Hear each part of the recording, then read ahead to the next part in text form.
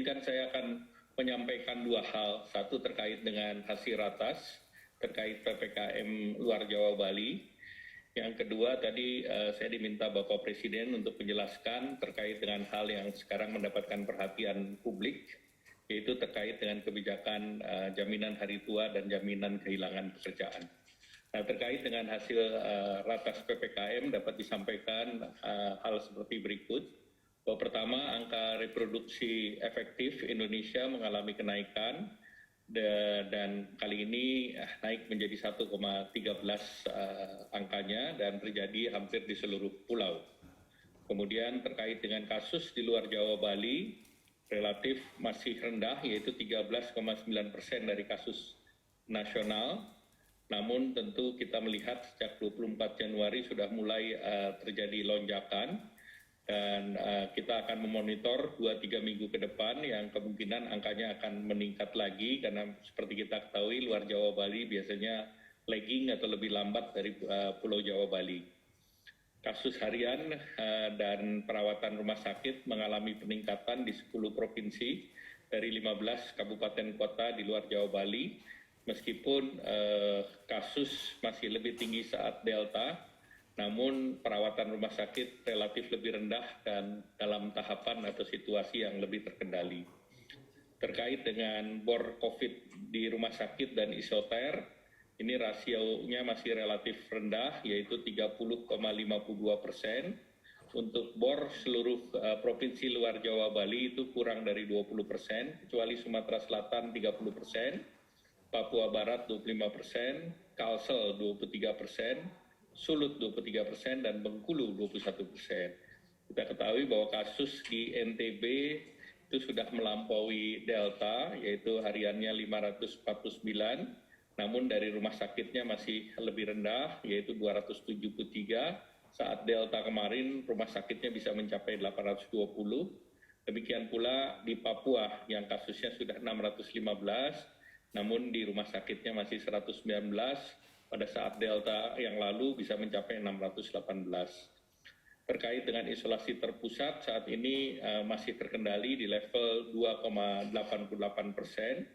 dan pemerintah diminta untuk mempersiapkan 2-3 kali pemerintah daerah dalam beberapa rapat beberapa waktu yang lalu, yaitu dibandingkan lonjakan Delta, yaitu antara 69.000 sampai 91.000 tempat tidur sebagai langkah mitigasi di luar Jawa Bali. Terkait dengan vaksinasi dosis pertama dan kedua, secara daerah, vaksinasi dosis pertama masih ada 3 provinsi dengan capaian di bawah 70%, yaitu Maluku, Papua Barat, dan Papua. Dosis kedua 10% yang masih di bawah 50%, yaitu NTT, Kalsel, Sultra, Sulteng, Sulbar, Maluku Utara, Aceh, Papua Barat, Maluku, dan Papua.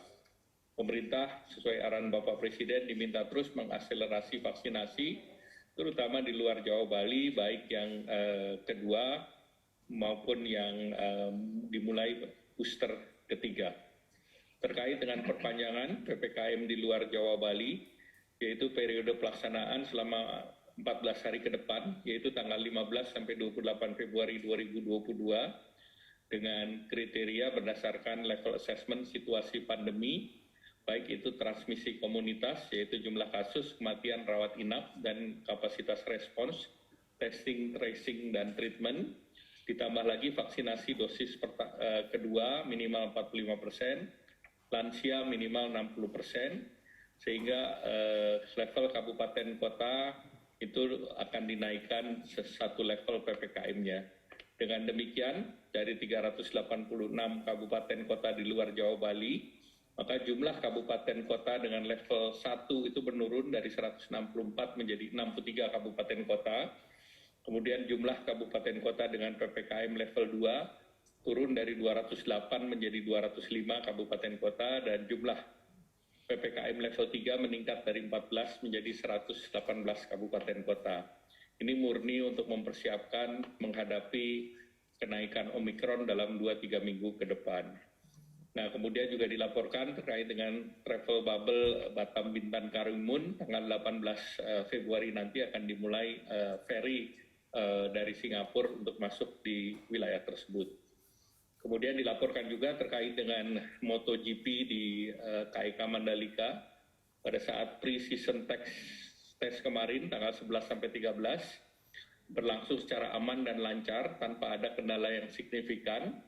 Perkembangan kasus tentunya dari hasil pembalap maupun hasil lab PCR ini membuktikan bahwa karantina sistem bubble bisa terus dipertahankan sampai minggu malam.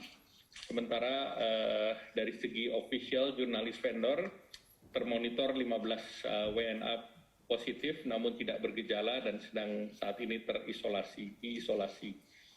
Vaksinasi di Lombok juga terus didorong, di mana Mataram sudah vaksin pertama lebih dari 114%, vaksin kedua 81,4%, Lombok Tengah vaksin pertamanya 90,82%, dan juga vaksin kedua 68%, secara keseluruhan di NTB 90,26% dan vaksin kedua 61,4%, dan ini akan terus ditingkatkan sampai menuju MotoGP di bulan Maret nanti. Selanjutnya saya ingin memberikan penjelasan terkait dengan kebijakan hari tua dan jaminan kehilangan pekerjaan yang dalam hari-hari ini mendapatkan perhatian dari media massa maupun masyarakat. Nah, kami sampaikan bahwa pada tanggal 2 Februari yang lalu pemerintah mengeluarkan peraturan Menaker nomor 2 tahun 2022 tentang tata cara dan persyaratan pembayaran manfaat jaminan hari tua. Dan saat ini terdapat 2 program perlindungan pekerja dan dapat disampaikan bahwa jaminan hari tua berbeda dengan jaminan kehilangan pekerjaan. Jaminan hari tua merupakan perlindungan pekerja atau buruh untuk jangka panjang, sementara jaminan kehilangan pekerjaan merupakan perlindungan pekerja jangka pendek yang juga diberikan kepada pekerja dan buruh. Terkait dengan pokok-pokok terkait kedua kebijakan tersebut, jaringan hari tua dirancang sebagai program jangka panjang untuk memberikan kepastian tersedianya jumlah dana bagi pekerja saat yang bersangkutan tidak produktif lagi akibat usia pensiun atau mengalami cacat total tetap atau meninggal dunia. Manfaat dari program jaminan hari tua adalah yang pertama adalah akumulasi iuran dari pengembangan. Yang kedua adalah manfaat lain yang dapat dicairkan sebelum masa pensiun dengan persyaratan tertentu. Kemudian telah mengikuti kepesertaan sebanyak 10 tahun minimal dan nilai yang dapat diklaim paling banyak 30% dari jumlah jaminan hari tua untuk kredit perumahan atau untuk keperluan perumahan, atau paling banyak 10% untuk kebutuhan di luar kebutuhan perumahan. Dengan adanya Permenaker 2 2022 tersebut, akumulasi iuran dan manfaat akan diterima lebih besar jika peserta mencapai usia pensiun, yaitu di usia 56 tahun. Nah, selain itu, Permenaker 2 2022 dan PP 37 2021, pemerintah tidak mengabaikan perlindungan bila pekerja atau buruh ter-PHK sebelum usia 56 tahun. Pemerintah memberikan perlindungan bagi pekerja atau buruh berupa jaminan kehilangan pekerjaan, uang pesangon, uang penghargaan masa kerja, dan uang penggantian hak. Nah, bagi pekerja formal yang terlindungi dengan jaminan kehilangan pekerjaan, JKP merupakan jaminan sosial baru di dalam Undang-Undang Cipta Kerja untuk melindungi pekerja dan buruh yang terkena PHK agar dapat mempertahankan derajat hidup sebelum masuk kembali ke pasar kerja. Klaim JKP efektif pertanggal 1 Februari 2022 ini mulai diberlakukan, dan JKP adalah perlindungan jangka pendek bagi para pekerja atau buruh karena langsung mendapatkan manfaat seketika saat berhenti bekerja. Penambahan program JKP tidak mengurangi manfaat program jaminan sosial yang sudah ada. Saya ulangi, JKP tidak mengurangi manfaat jaminan sosial yang sudah ada, dan iuran program JKP tidak membebani pekerja dan pemberi kerja karena besaran iuran sebesar dari 0,46% dari upah berasal dari pemerintah pusat. Sekali lagi, besaran iuran JKP sebesar 0,46% dari upah berasal dari pemerintah pusat. Kemudian pekerja buruh yang mengalami PHK berhak memperoleh manfaat JKP berupa uang tunai sebesar 45%, upah di bulan ke-1 sampai dengan ke-3, dan kemudian 25% upah di bulan ke-4 sampai dengan ke-6. Sebagai contoh, rata-rata kalau mendapatkan PHK di tahun kedua, itu dengan gaji misalnya sebesar 5 juta, maka akan diberikan 45% dari 5 juta adalah 2.250.000 dikali 3 bulan, berarti 6.750.000. Sedangkan bulan ke-4 sampai ke-6 adalah 25% dari 5 juta atau 1,250 juta kali 3 adalah 3.750.000, sehingga mendapatkan 10.500.000. Sedangkan dengan mekanisme yang lama dengan JHT itu mendapatkan iurannya adalah 5,7% dari 5 juta, yaitu 285.000 dikali 24 bulan, 6,84, dan tambahan 5%, pengembangan 2 tahun 350.000, sehingga mendapatkan 7.190.000. Sehingga secara efektif regulasi ini memberikan 10.500.000 dibandingkan 7.190.000. Nah, selanjutnya akses informasi pasar kerja dan bimbingan jabatan akan dilanjutkan, diberikan sehingga bisa kembali masuk ke lapangan pekerjaan. Demikian pula melalui pelatihan dengan lembaga pelatihan milik pemerintah, swasta ataupun perusahaan. Selain kebijakan di atas, pemerintah juga memberikan perlindungan sosial bagi pekerja informal, karena memang ada pertanyaan bagaimana dengan pekerja informal. Nah, pemerintah sudah memberikan program kartu prakerja untuk reskilling, upskilling, dan ini diberikan untuk kewirausahaan dan juga bisa diberikan kepada pelaku UMKM yang terdampak COVID.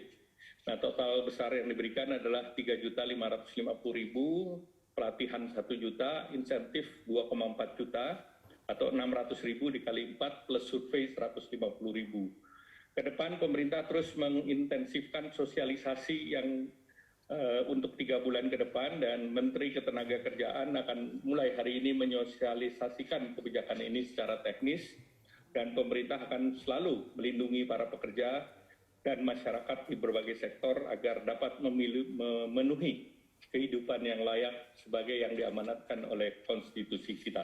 Pertama terkait dengan mereka yang terdaftar aktif di BPJS Kesehatan, Ketenagakerjaan, yang terdaftar adalah 52 juta dan pengiur aktif adalah 32 juta. Nah, ini total yang kepesertaan. Kemudian dengan regulasi yang baru, Permenaker 2 2022, dan dibandingkan 2015, itu manfaat daripada jaminan hari tua itu bisa diberikan kepada mereka yang pensiun, kemudian cacat tetap maupun meninggal.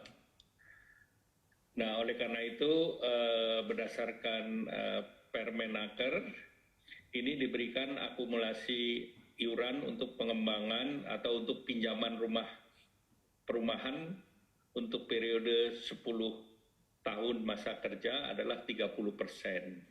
Nah, itu kredit kepemilikan rupiahnya sebesar 500 juta atau 150 juta rupiah. Yang kedua, untuk persiapan pensiun itu juga bisa ditarik 10%, itu untuk 10 tahun masa iuran.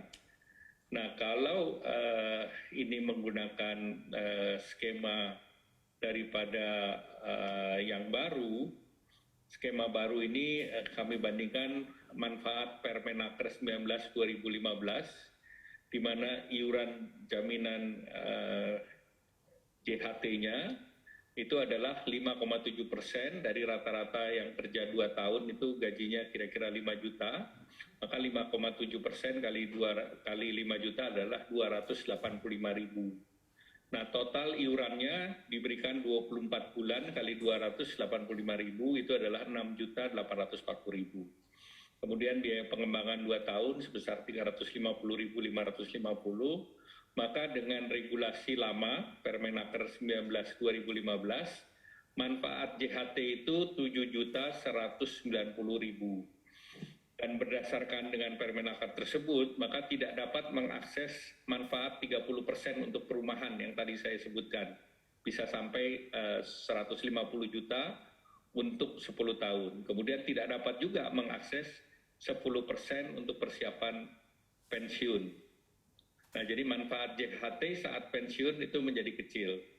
Sedangkan dengan program uang tunai JKP, ini JKP-nya sendiri sebesar 0,46% ditanggung pemerintah, sehingga pekerja tidak perlu membayar iuran JKP.